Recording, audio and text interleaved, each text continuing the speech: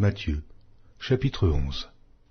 Lorsque Jésus eut achevé de donner ses instructions à ses 12 disciples, il partit de là pour enseigner et prêcher dans les villes du pays. Jean, ayant entendu parler dans sa prison des œuvres du Christ, lui fit dire par ses disciples, « Es-tu celui qui doit venir, ou devons-nous en attendre un autre ?» Jésus leur répondit, « Allez rapporter à Jean ce que vous entendez et ce que vous voyez. Les aveugles voient, les boiteux marchent, les lépreux sont purifiés, les sourds entendent, les morts ressuscitent, et la bonne nouvelle est annoncée aux pauvres. Heureux celui pour qui je ne serai pas une occasion de chute. » Comme il s'en allait, Jésus se mit à dire à la foule au sujet de Jean, « Qu'êtes-vous allé voir au désert? Un roseau agité par le vent? Mais qu'êtes-vous allé voir? Un homme vêtu d'habits précieux? Voici, ceux qui portent des habits précieux sont dans les maisons des rois. Qu'êtes-vous donc allé voir? Un prophète? Oui, vous dis-je, et plus qu'un prophète. Car c'est celui dont il est écrit, « Voici, j'envoie mon messager devant ta face pour préparer ton chemin devant toi. » Je vous le dis en vérité, parmi ceux qui sont nés de femmes, il n'en a point paru de plus grand que Jean-Baptiste. Cependant, le plus petit dans le royaume des cieux est plus grand que lui. Depuis le temps de Jean-Baptiste jusqu'à présent, le royaume des cieux est forcé, et ce sont les violents qui s'en emparent. Car tous les prophètes et la loi ont prophétisé jusqu'à Jean, et, si vous voulez le comprendre, c'est lui qui est l'Élie qui devait venir. Que celui qui a des oreilles pour entendre, entende. À qui comparerai-je cette génération?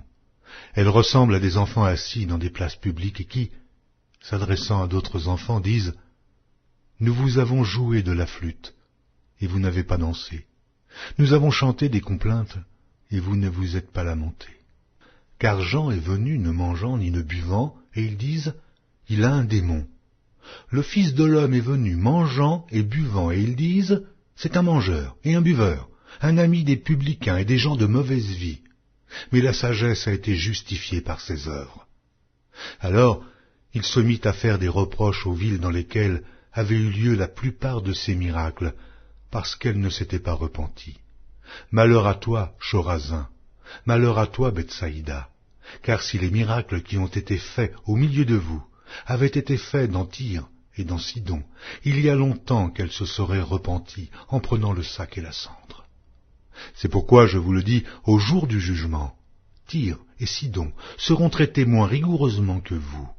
Et toi, Capernaum, seras-tu élevé jusqu'au ciel? Non, tu seras abaissé jusqu'au séjour des morts. Car si les miracles qui ont été faits au milieu de toi avaient été faits dans Sodome, elles subsisteraient encore aujourd'hui. C'est pourquoi je vous le dis, au jour du jugement, le pays de Sodome sera traité moins rigoureusement que toi. En ce temps-là, Jésus prit la parole et dit, « Je te loue, Père, Seigneur du ciel et de la terre, de ce que tu as caché ces choses aux sages et aux intelligents, et de ce que tu les as révélées aux enfants. Oui, Père, je te loue de ce que tu l'as voulu ainsi. Toutes choses m'ont été données par mon Père, et personne ne connaît le Fils, si ce n'est le Père. Personne non plus ne connaît le Père, si ce n'est le Fils, et celui à qui le Fils veut le révéler. Venez à moi, vous tous qui êtes fatigués et chargés, et je vous donnerai du repos.